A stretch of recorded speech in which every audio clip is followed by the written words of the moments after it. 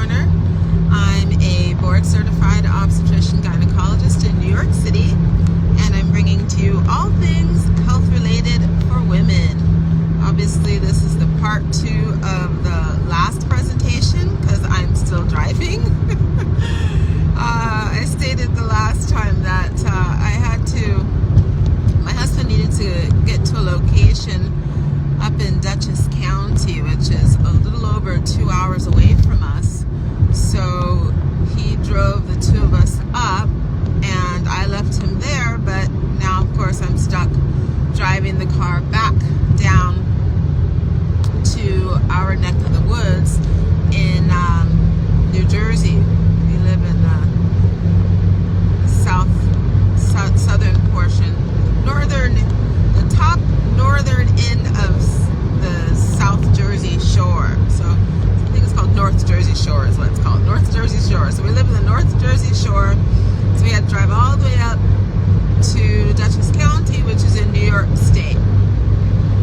And we live, if you drive to the office, it only takes about 45 to 50 minutes depending on traffic. So 45 to 50 minutes to drive to our office in Midtown Manhattan, but Dutchess County is further north in New York, so that was it's like 2 hours and 15 minutes. So a chunk of driving, and now I'm driving back, so I'm trying to multitask, get a couple of chats done, but I totally have to keep my eyes on the wheel because if you've ever driven out in New York, New Jersey, you know everyone drives pretty wacko. You get the crazy ones driving on your tail, and then people cutting in front of you.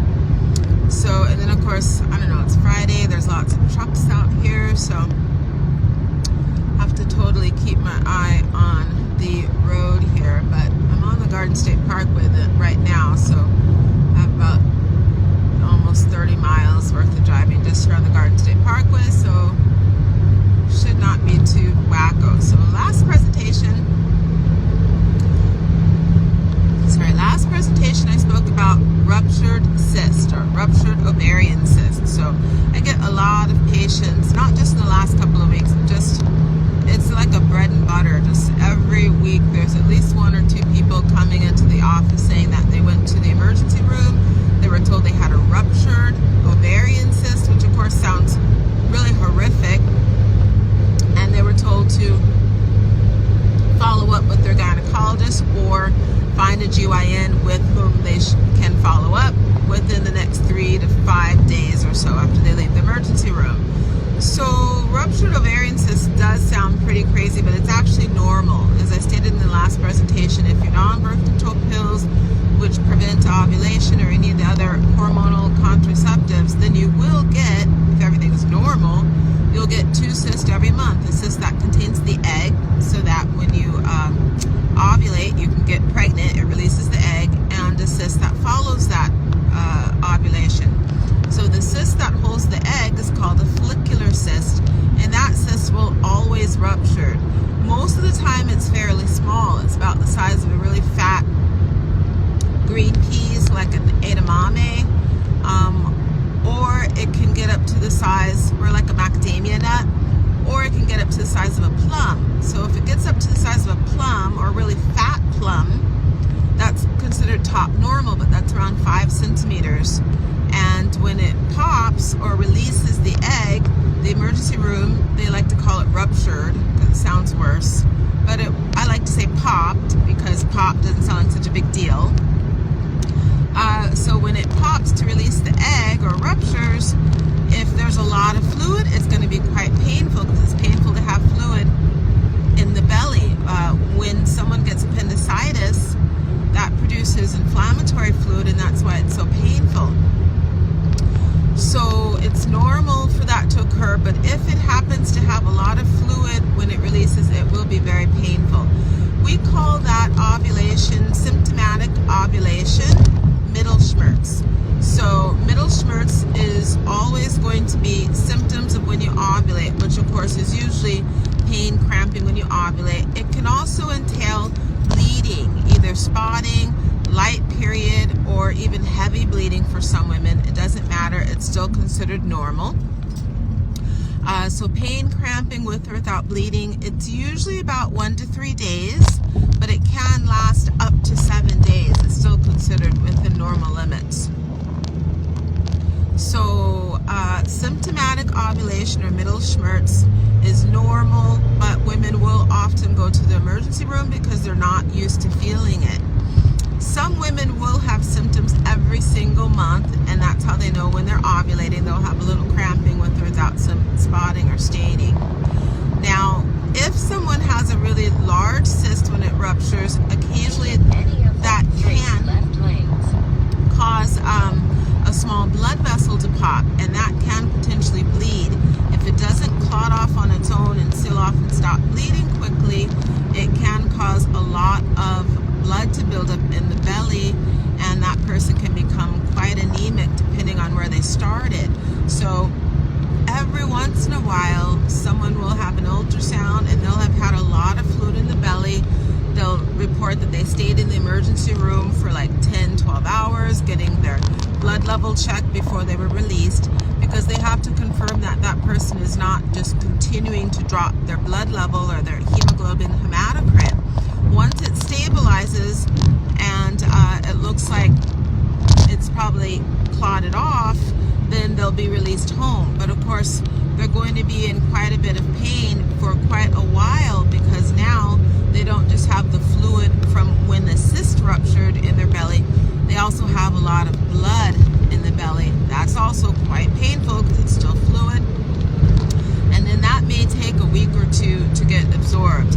So if they're in quite a bit of pain and it's been like 5 days or so that they were released from the emergency room, then I will always do a follow-up sonogram just to see what's going on and check their blood level. But if they're having symptoms of blood loss, so like they're feeling dizzy or lightheaded,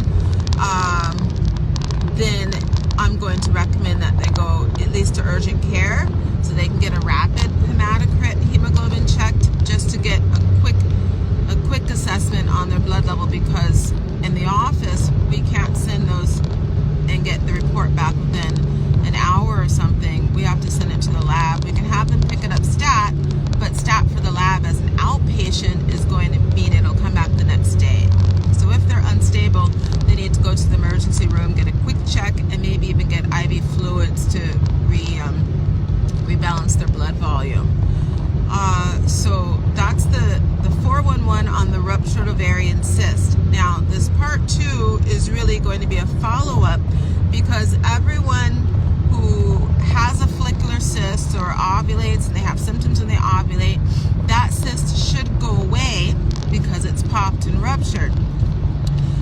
But it will also, occasionally someone will go to the emergency room because they're in a lot of pain, and the sonogram will show that they did not have a ruptured ovarian cyst. So sometimes the emergency room will tell them they had a ruptured cyst because of their symptoms, with or without a sonogram, but occasionally the cyst is still there, and their symptoms aren't because it ruptured, is because now they have an abnormal follicular cyst because it hasn't popped, it's past 5 centimeters, and it's actually like 7, 8, or even sometimes 10 centimeters, which is the size of a grapefruit. So now their pain is not because they have fluid in the belly, but it's because the cyst has really gotten quite large, and now it's putting a lot of heavy pressure discomfort. If they move too quickly or jar or jump up and down or try to exercise, it's exquisite pain because it's gotten so large, and of course it is full of fluid. And sometimes it will have an inflammatory response, so there's a little bit of liquid, a little bit of fluid in the pelvis from that inflammatory response, but it's not because it's ruptured, it's because of the inflammation. And now they have a grapefruit-sized cyst in the pelvis. That's called a persistent follicular cyst, and we will always monitor those because we don't know how large it will ultimately get, and then if and when it actually ruptures, it will be exceedingly painful. What will often happen with a persistent follicular cyst that's just getting bigger and bigger, usually they don't end up rupturing. It'll be a weird ovulation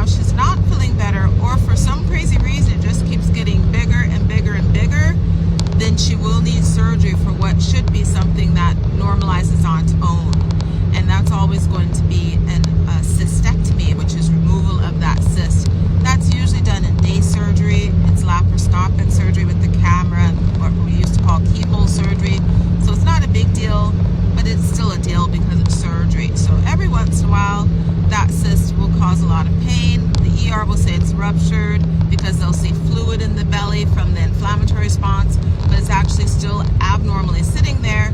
Then we monitor it to determine if we have to jump in and remove it, or if it's going to cooperate and slowly but surely go away on its own.